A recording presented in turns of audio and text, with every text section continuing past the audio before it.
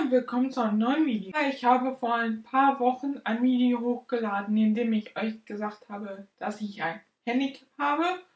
Und da jemand unter diesem Video gerne mehr über mein Handicap erfahren wollte und wie es mich einschränkt, filme ich jetzt heute dieses Video.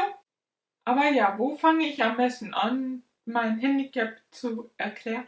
Wie ich ja schon in dem ersten Video über mein Handicap gesagt habe, kommt mein Handicap daher, dass ich ein Frühchen war.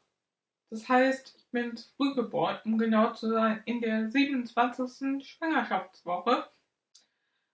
Nur weiß ich davon natürlich nur, was ich von meiner Familie gehört und erzählt bekommen habe. Auch wenn meine Mutter immer wieder sagt, wie froh sie ist, dass ich mich so gut entwickelt habe, wie ich mich entwickelt habe, weil das ist nämlich leider nicht für alle Frühchen, die so früh geboren sind, der Fall.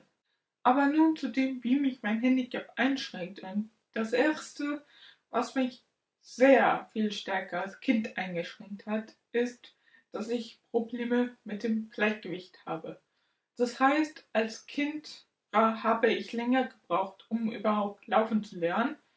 Und Treppen konnte ich nicht nehmen, ohne festgehalten zu werden oder dass ich mich festhalten konnte an einem Geländer.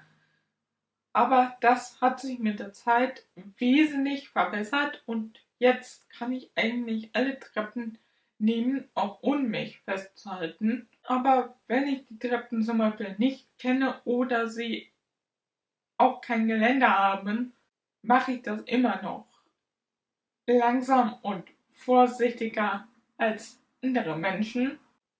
Von daher ist es immer noch einfacher, wenn mir jemand eine Hand gibt und mir hilft, wenn ich eine Treppe runter will, die ich nicht kenne, und wenn diese Treppe dann auch noch dazu kein Gelände hat oder auch wenn das Gelände ziemlich unwegsam ist, weil mit unwegsamem Gelände kann es schon mal leichter passieren, dass ich irgendwie ausrutschen könnte und hinfalle.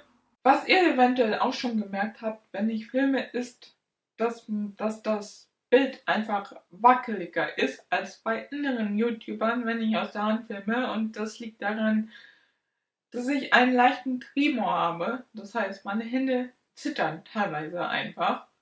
Meistens ist es nur leicht, aber ich halte trotzdem lieber meine Getränke mit beiden Händen fest.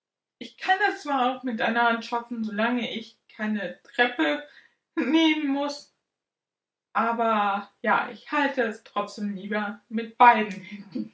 Und etwas die Treppe runterzutragen ist immer Fun.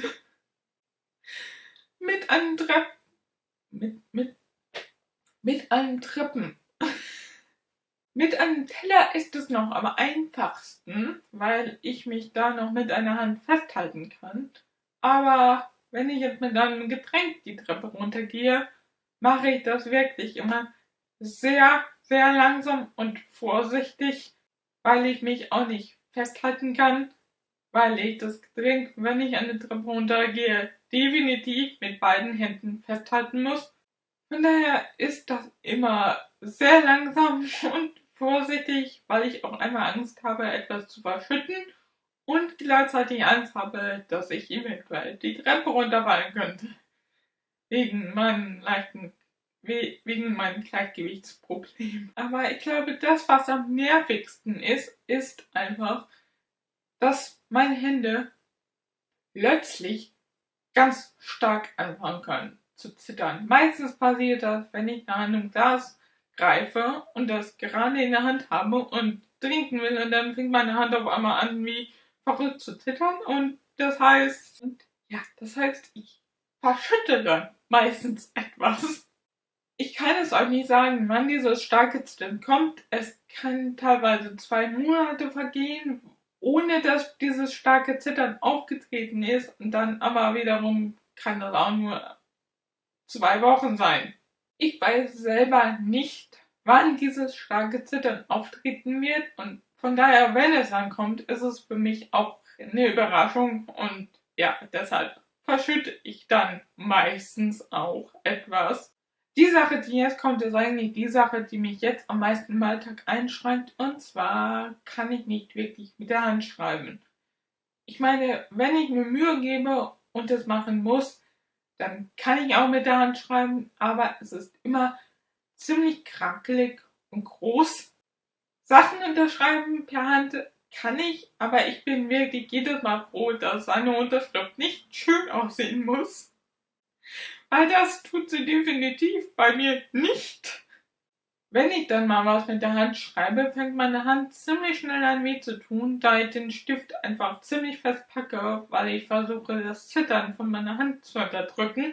Und ja, dass meine Hand weh tut, kann zum Teil auch daher kommen, dass sie es einfach nicht mehr gewöhnt ist zu schreiben, weil ich schon ab der 3. Klasse einen Laptop in der Schule hatte und einen Computer zu Hause. Deshalb bin ich sehr froh, dass man in der Uni jetzt generell alles mit dem Laptop macht. Also ziemlich viele Leute schreiben ja in der Uni einfach nur noch alles mit dem Laptop und auch, dass wir in meinem Studiengang alle Klausuren online, also an einem Laptop schreiben dürfen, müssen. Von daher habe ich damit jetzt auch keine Probleme mehr. In der Schule war das anders.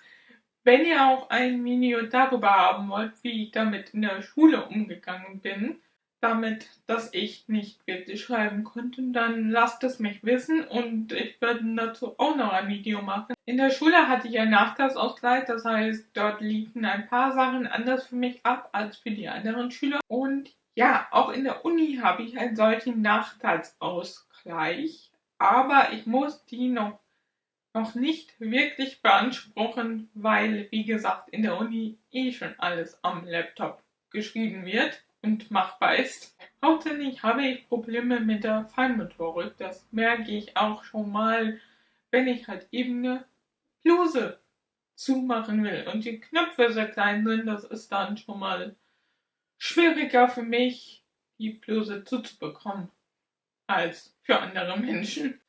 Aber ja, das war jetzt, wie mich mein Handicap im Alltag einschränkt. Natürlich gibt es wahrscheinlich noch auch irgendwelche Kleinigkeiten, wo ich mich einfach so dran gewöhnt habe, dass es so ist, dass mir das jetzt nicht mehr in den Kopf gekommen ist als eine Einschränkung. Aber wie gesagt, wenn ihr noch ein Video über meine Schulzeit haben wollt und wie ich das da gehandhabt habe mit meinem Handicap, dann lasst mich das wissen. Oder wenn ihr noch irgendwelche weiteren Fragen habt zu irgendetwas, was ich jetzt erwähnt habe, dann lasst es bitte auch unten da, weil dann werde ich sie entweder in den Kommentaren beantworten oder in meinem nächsten Video zu meinem Handicap. Und ja, dann hoffe ich, euch hat dieses Video gefallen. Und wenn es euch gefallen hat, dann könnt ihr ihm gerne einen Daumen nach oben da lassen. Und wenn ihr keinen meiner neuen Videos verpassen wollt, dann könnt ihr mich sehr gerne abonnieren und dann werde ich euch in meinem nächsten Video wiedersehen. Bye!